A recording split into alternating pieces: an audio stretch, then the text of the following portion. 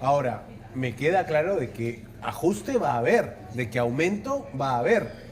Se lo preguntamos a un vocero del Ministerio de Vivienda. Estamos conectados con el señor Max Carvajal, director general de la Dirección de Políticas y Regulación en Construcción y Saneamiento. Señor Carvajal, muy buenas noches.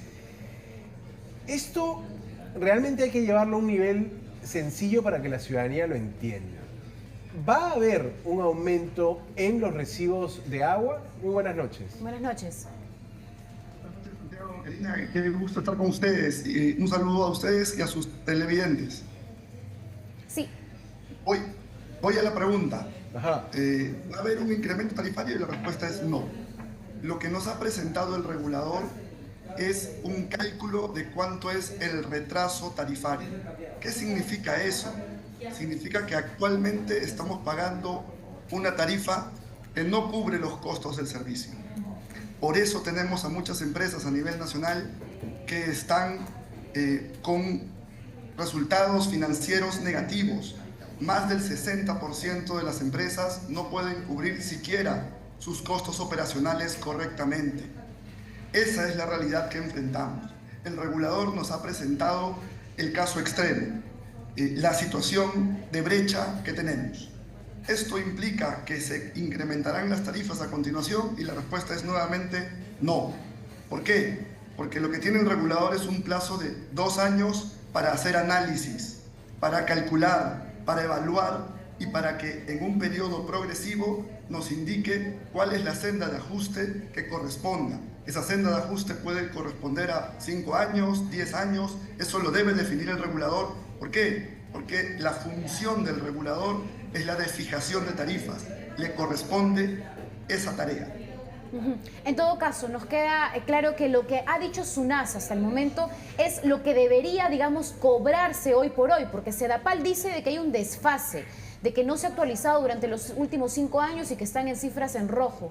Entonces, cuando hablamos de duplicar, solo en el caso de Lima, duplicar el costo de la tarifa del agua, es porque ese monto sí responde a la realidad, a las necesidades, a los altos costos de operación que hoy tiene justamente esta empresa distribuidora.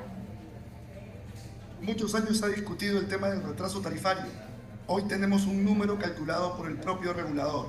Eso es importante, conocer cuánto es la brecha y sobre esa brecha planificar cómo nos vamos a acercar al ideal. Pero hay un punto importante a resaltar. La normativa establece claramente, y eso no lo ha mencionado el regulador, establece claramente que se salvaguarda a la población vulnerable, pobre y pobre extrema. Ahora, ¿cuál es la realidad de las empresas prestadoras de servicio? Porque finalmente la ciudadanía ve a SUNAS, la reguladora, y ve al ministerio, pero dice, a mí el que me da agua, el que me pasa el recibo y a quien yo le pago es a la EPS, a la empresa prestadora de servicio. Y usted nos comentaba, las EPS, algunas están en rojo, algunas tienen problemas de gestión, de eficiencia. ¿Qué hacemos para mejorar el servicio de Sedapal, de lo que puede ser en Arequipa Sedapar o en Piura la EPS Grau? ¿Qué hacemos para mejorar estas empresas? Es una pregunta muy importante. Lo que hemos planteado es una reforma estructural en todo el sistema. Estamos planteando diversas medidas que nos lleven a empresas públicas, modernas, eficientes, que brinden un servicio de calidad y sostenibles. El aspecto tarifario es uno de ellos. Sin embargo, hay otros varios aspectos que estamos buscando mejorar, como la meritocracia, como las ganancias de eficiencia, como el gobierno corporativo, la transparencia, la política anticorrupción. Hay un paquete de medidas que están reflejadas en la Ley de Servicio Universal, que en este momento estamos en proceso de reglamentación, que buscan justamente fortalecer a nuestros prestadores para que brinden un servicio como el que merecen todos los peruanos. Eso es a lo que aspiramos como ente rector.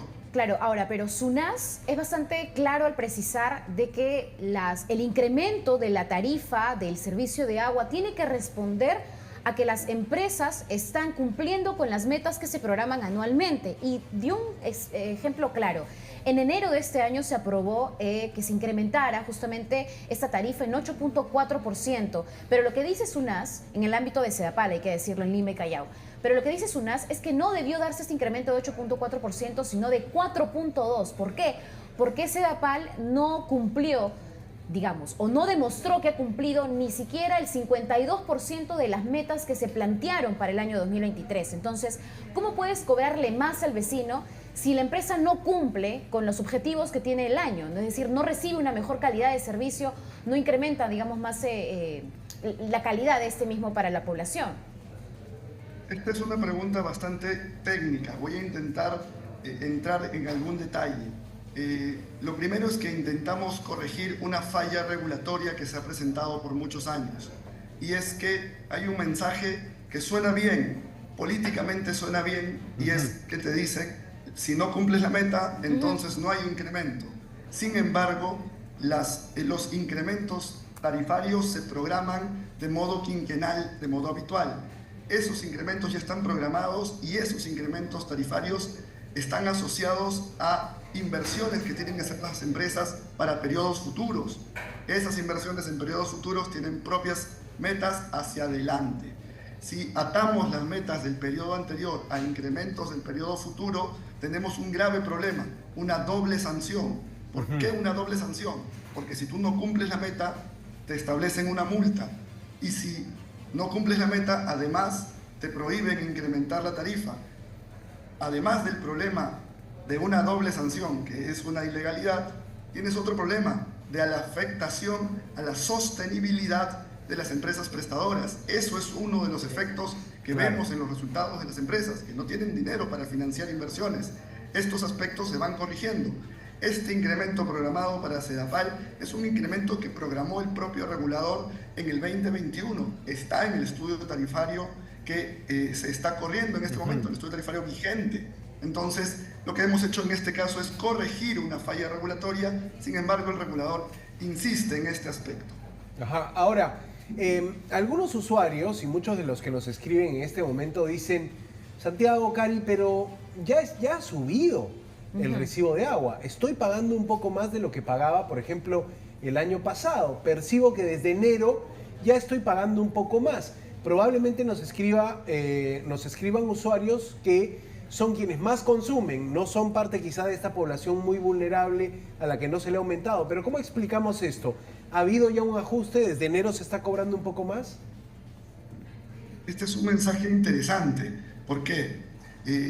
Uno necesita 100 litros persona día para sobrevivir y cubrir todas las necesidades que tienes en tu día a día. Eso nos lo dice la Organización Mundial de la Salud. 100 litros persona día.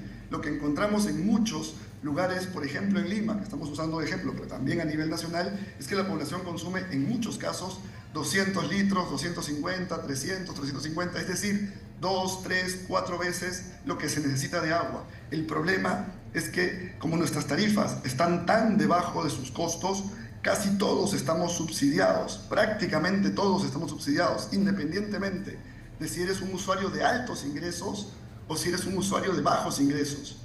Y también independientemente, de modo sencillo, casi de tu consumo. Tendrías que consumir una cantidad descomunal para recién estar pagando el costo del servicio. Estos son aspectos que el regulador debe corregir en el caso de Lima y en el caso de otras ciudades a nivel nacional. Eso es parte del rebalanceo que le corresponde aplicar al regulador. Y eso significará un ajuste, eso significará un aumento, entiendo. Ese es un análisis que debe realizar el regulador. Lo que podemos asegurar en este momento es que el regulador tiene 2 años para hacer ese análisis. Correcto. Este año de ninguna manera se podría aplicar un incremento en esa medida. Y lo que quiero resaltar es un aspecto que mencionaba. La normativa, la legislación que se está estableciendo refuerza los subsidios cruzados focalizados por un lado y además introduce un nuevo concepto que es el subsidio inteligente. Es un subsidio a las personas de pobreza extrema. Es decir, estamos salvaguardando el bienestar de la población más pobre.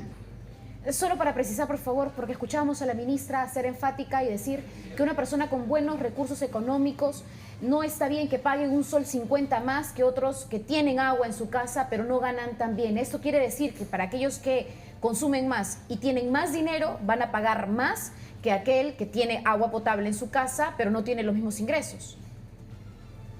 Mostremos la situación vigente. Veamos qué tenemos ahorita. En este momento, alguien que tiene conexión a red paga en Lima, por ejemplo, cerca de 3 soles el metro cúbico por agua. En promedio en el país estamos a ese nivel. ¿Qué pasa con la población que no tiene conexión? Está pagando 25 soles por metro cúbico. Cuando tú tienes conexión de agua, en promedio consumes 15 o 16 metros cúbicos.